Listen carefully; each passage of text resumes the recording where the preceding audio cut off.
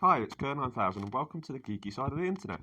Now I wanted to make a few videos talking about old video game consoles and what made particular ones, well, in a not nasty way, a failure. And I thought I'd start with the N64. Now, don't get me wrong, I'm not saying there's not some excellent games on the N64. I'm not saying it isn't a cool system, but financially speaking, really, it was a failure. Why? Probably the main reason is going for a cartridge instead of CD system. Now, cartridges have their advantages. You know, they're sturdy, you can throw them around, and it's very hard to damage them. You do not find many cartridges that won't work, whereas CDs get scratched up really easy. But CDs can carry a heck of a lot of data. And that was a time where the size and the complexity of games was vastly jumping up. And that's what scared off companies like Square from putting their RPGs on the N64, that there just wasn't a lot of room on those cartridges.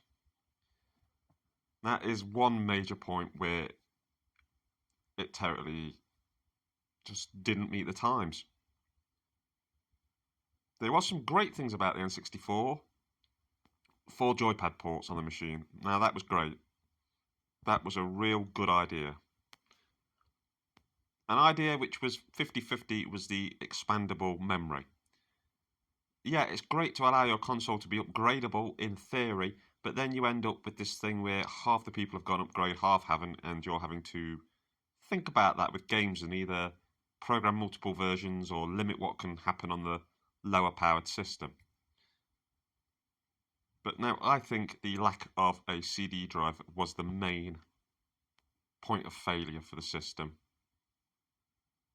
I do also think, and people will complain about this, but the joypad, very strange. Very weird step up from your SNES and Mega Drive users to the N64. Weird multi-pronged. Not my cup of tea. I know there's people that like it, but I'm not a fan of it. I've enjoyed N64 games more when I've played them away from the N64 on other systems using different pads. Either when I've played them on the 3DS or I've played them on like the Wii as downloadables with a classic controller. So I do think the controller sort of hampered things as well. But no, the use of cartridge instead of optical disc at that point in time, yeah. I mean, now you can get bigger cartridges, but back then, you know, cost money, you have to put it all into what you're going to get.